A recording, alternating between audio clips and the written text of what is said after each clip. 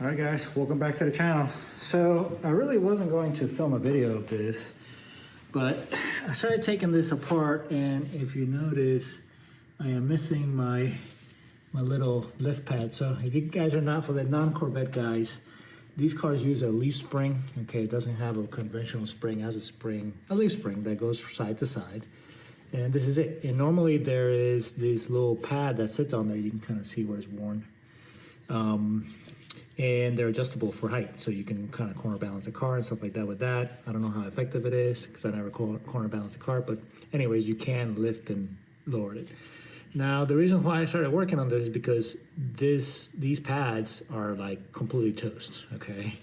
So I went to take it out, but as I'm unthreading in the actual lift pad, the whole thing just dropped, okay? So I think that this video is going to turn into a little bit of a how-to. It's probably not going to be a detail, but I'm going to show you guys how to get these out, and then I'm going to show you the problem that I'm having.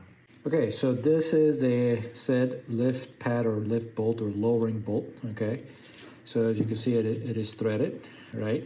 And then it has rubber. It's got like a rubber, attached to this metal pad. I'm not really sure how this is attached. I'm assuming it's just glued on there, okay? Now, if you notice, this is already kind of turning a little bit sideways. This is quite a bit more sideways, okay? And this is from my original suspension. The car is a non-Z07, so it came with the regular, Z06 suspension and soft suspension. So anyways, I pulled these out of my original springs, thinking, I'm just got these, I'm gonna swap them out since my, the ones that I put on because I put the Z07, so these cars, you could order it with what they call the Z07 package, which is stiffer springs, carbon ceramic brakes, yada, yada, yada. But so I swapped the stiffer springs and sway bar bushings from the Z07 package. So this has Z07 springs. So anyways, so I'm like, okay, well, let me swap these because I think they're the same from my old springs to my new springs, since the ones are all busted up, even though these are already kind of getting worn up. You can't buy these separately from the dealer. I know there's a bunch of them online that you can buy, but mixed reviews, bad reviews, etc. But check this out.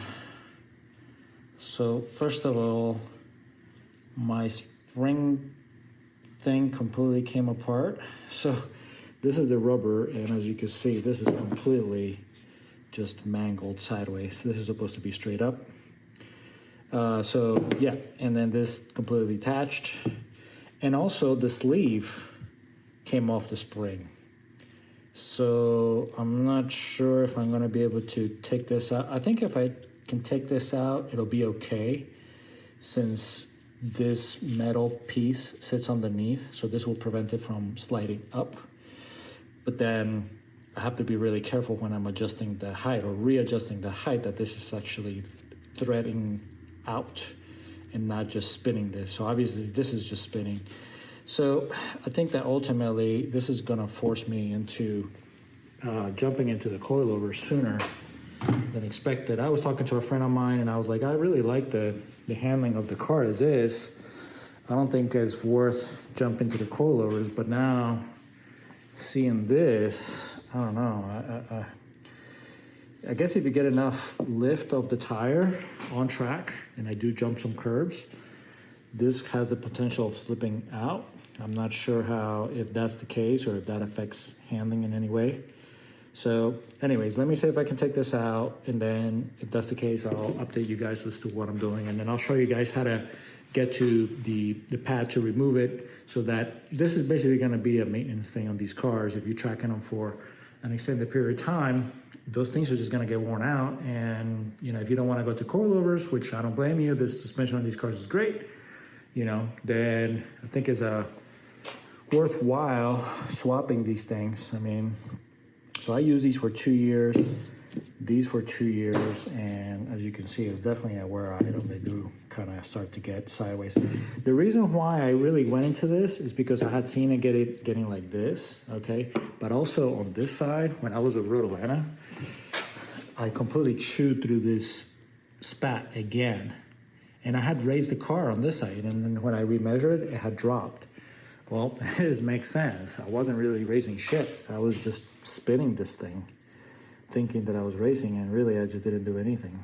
This thing was completely bottomed out. So I think the sleeve was just moving, and then the car has probably been changing, you know, ride height kind of dynamically at the track. I mean, that's the only thing I can think of. That's the only deduction I can see of this. This is completely stuck in here. So anyways, let me get to working on this. I'll give you guys an update. All right, so after thinking about it and debating whether I was gonna call G-Speed or LG and order coilovers, I may still do that, but I'm gonna ride this for a little bit longer.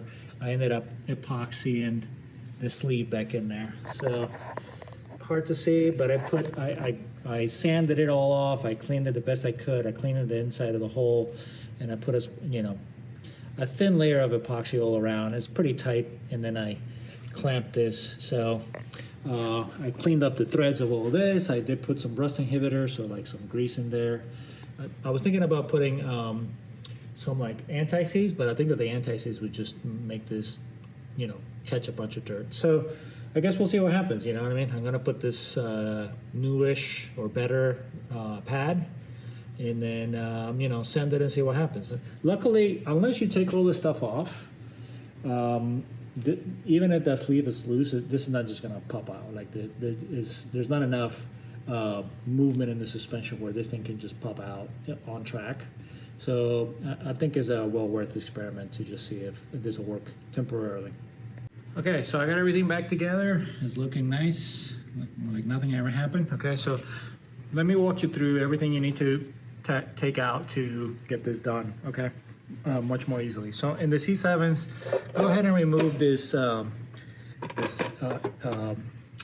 brake duct, okay, this cooling duct, okay? Remove this guy and remove the air deflector that goes here as well, which is that guy there, okay?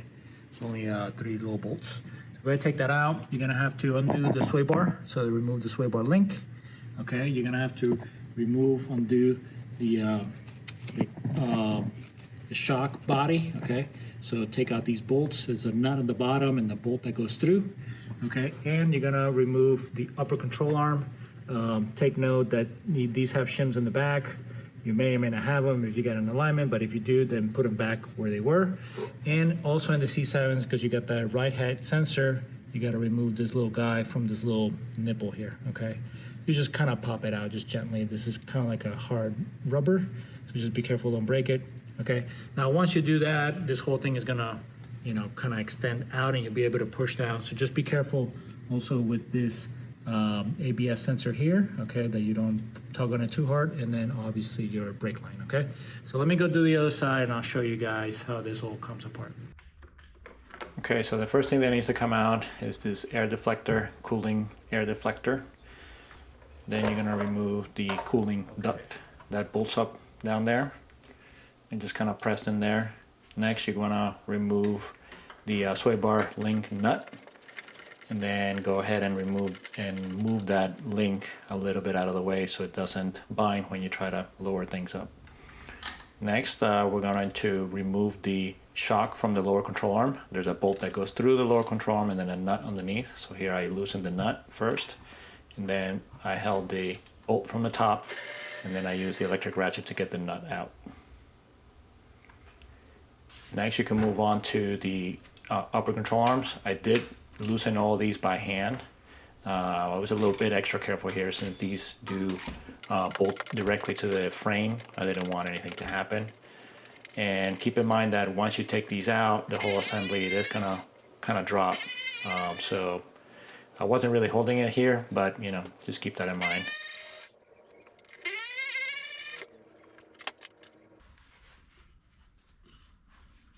So here you can see that this is all nice and loose, so go ahead and be careful with this ABS wire and then also the ride height sensor in the back. Next, you can move on to removing the lowering bolt.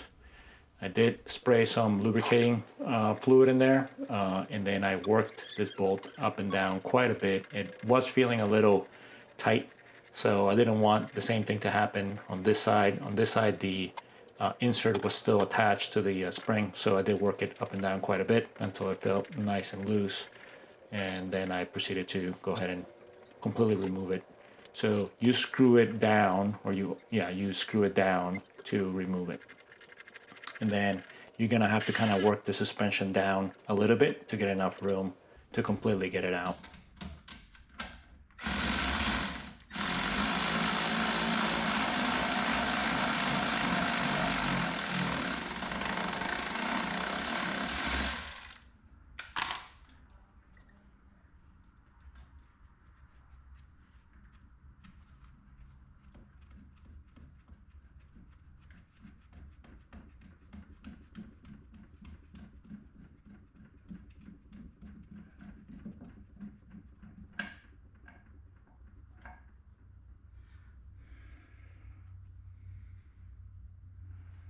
Okay, and now we're simply going to reverse the steps. We're going to put the new bolt in, throw that old one out. And here I started it by hand, again making sure that, you know, nothing was getting binded up, that, you know, it was threading nicely by hand. And once it caught a few threads by hand, then you can go ahead and put your electric ratchet to it if you want.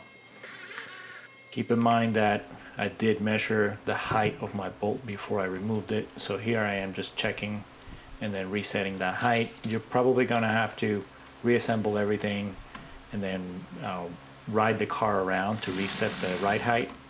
These cars don't really like to, once you lift them, they don't like to reset to the actual right height. You kind of have to drive them around a little bit.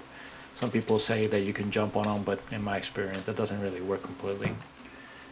So then we're just gonna reverse the steps. I did get a little jack to help me here with a little block of wood, so I didn't have to, you know, try to balance the whole assembly and then try to put those bolts into the frame. Again, you know, you want to be careful here. You definitely don't want to cross thread anything into the frame. That would be a very bad day.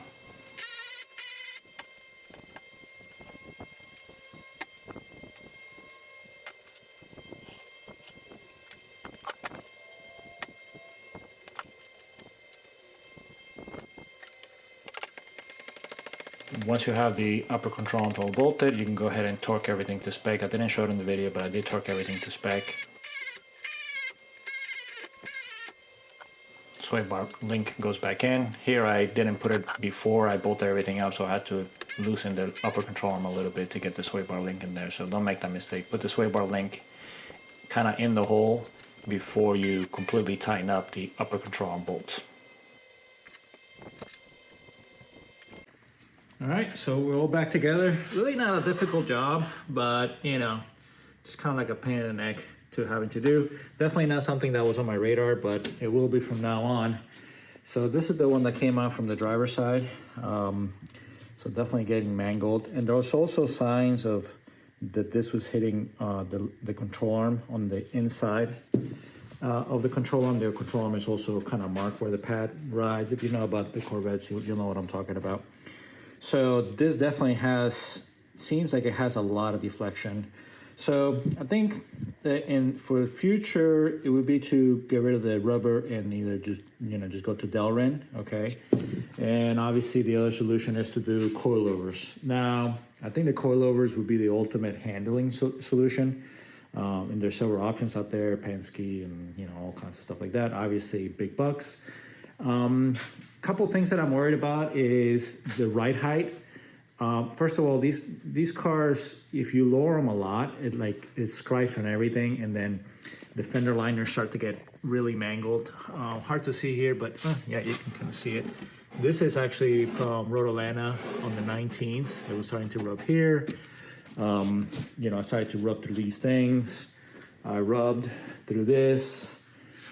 As you can see, there's a nice gap there now. So I think that with most coilovers or oil coil, I don't know if it's with oil coilovers, but I think that with the coilovers, you have to drop the ride height by at least an inch, okay? Now, I just don't know, and maybe somebody can let me know down in the comments that has experience with this, is if the increase in spring and dampening performance, I don't know if the springs are much heavier or stiffer, and then that controls the body roll a lot better, and then therefore it's not an issue being lower.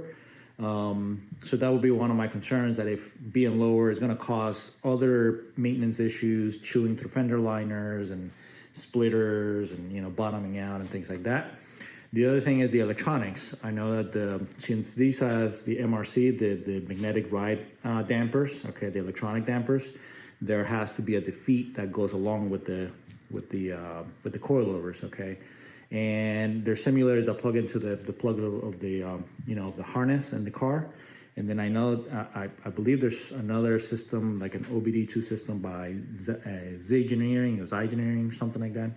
Anyways, I don't know, you know, how reliable those things are. You know, I think the worst thing that can happen is you go all the way out, you know, from Florida, call it to Virginia, and then your electronic, you know, shock defeat thing fails, and the car just goes crazy into limp mode, you know, and it becomes undrivable or something.